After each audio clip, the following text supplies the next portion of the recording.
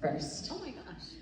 Because we don't do things normal by going from the bottom up, we just start right at the top. Normal. So Stacy has the distinction that I was very impressed by.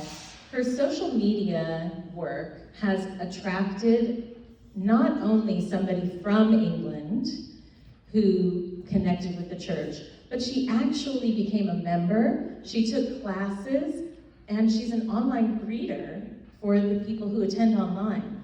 So, you know, you can say, yes, somebody viewed my video in another country, but to have them actually become engaged, that's the goal. And so I wanted Stacy to talk a little bit about, so how did that happen? How did this woman in England find you? So during the pandemic, we were all online, and I was trying to figure out a way, how can I support my community, even though we're in different spaces? So I started a Facebook Live on Wednesday and Fridays, Inspiration Wednesday, Refresh Fridays, 15 minutes, and it's just 15 minutes. I read the Daily Word or some other inspirational writing, and then I give my thoughts of the day, some spiritual tools or tips, and then either breathing technique or a meditation. And I was doing that twice a week. Now I'm down to once a week. But Jackie from the UK, she's about 30 minutes outside of London, and she had been reading The Secret, and then from there got to another book that mentioned The Game of Life. The Game of Life. Yeah, is that what How to play it. Yeah, how to play it. Mm-hmm. And she mentioned Unity, so she Googled Unity and then found me on Facebook Live. All the way across the pond. All the way across from London to Thousand Oaks, California. And she just felt like she connected with me and started following me, and then started following the church. And at one point she said, I hope it's okay, but I feel like Unity the Oaks is my church. And I said, oh, that's really okay. And she's there every Sunday online for our live feed and live streaming. And so then at one point she said, I'd really like to be a member. She was there every Sunday. She met the criteria. She was there at least 6 months, and every Sunday. So she went through, I did an online membership with her, and if you're a member of our church, you get a prayer call or email, and so she liked to get a prayer email every month from one of our prayer chaplains.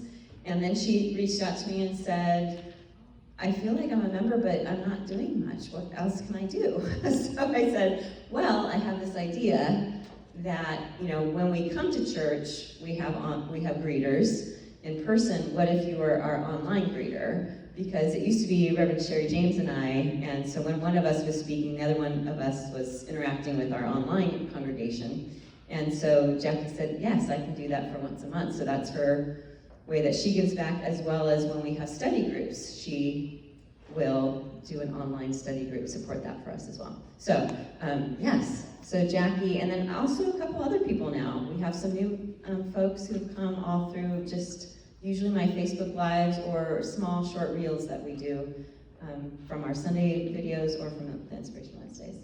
Yeah. So one of the things you told me when I was asking you about how all this happened is the importance of the hashtags.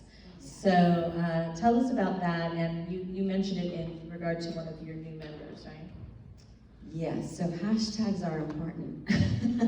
Because it seems like a lot of times we just put a picture up and we say, hashtag happy, right? But really what the hashtags are for, it's a search engine. So now when people come to my church, I say, how did you find us? Which I think probably all of us ask. And then they'll usually say, I Googled you, and I say, tell me what you used. What words did you use for that? And so that I have two new folks who are suddenly jumped in, very involved, because they said, they searched spiritual community, spiritual church, meditation, spiritual church near me, spiritual center near me, and that's what got them to Unity of the Oaks. And that's what got them, and then one of them said, I watched you first, and again, yeah, it was a match. And the other one just said, she saw me on Facebook Live, and she said, I immediately connected with you were authentic, you were a boy mom, and I knew I wanted to go to your church. So again, the hashtags are so important because that really is what people find you from. So on our Sunday video, I've got about 15 different hashtags. My Facebook Lives, I've got hashtags. All of our YouTube videos, all of our Instagram posts, Facebook posts. Just really looking, in fact, after our talk with Shad today, I added some new hashtags, looking at spiritual Christianity, spiritual Christian. In other words, what would someone search for? So if they're trying to search for me, what are the words they may use? And that's what I'm putting on every single video that goes out.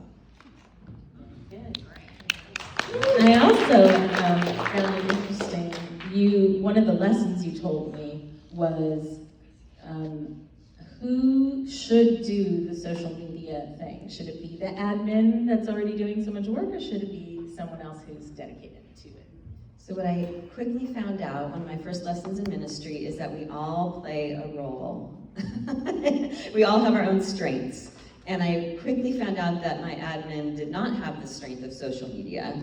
And it just so happened that since it was the pandemic, my college-age son was home. And so I employed him. And I said, please help me with this, because I couldn't do it. I was trying. And so yes, so definitely, if you can touch, and all of us probably have a community college nearby.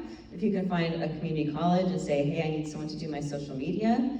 There's a lot of people online. What's so interesting is that I just had a social media associate, but she didn't know anything really about Unity, so it goes back to, again, what Shad was talking about today. So I've just lovingly released her, and then now my younger son has joined. And it's great because here's an 18-year-old who said, you know what, Reverend Stacy, because he has to call me Reverend Stacy, not Mom, when we're in business meetings. And he said, what you're telling me that you want to put out on social media is one thing, but when people get in the church, I feel like maybe you're tricking them, because now you're talking about Jesus and Bible. So now you got to get it straight. So it's got to be one or the other. So it was a fantastic eye-opening experiment, as far as like, okay, what are we saying on social media, and is that trickling down to what I'm actually doing in the church?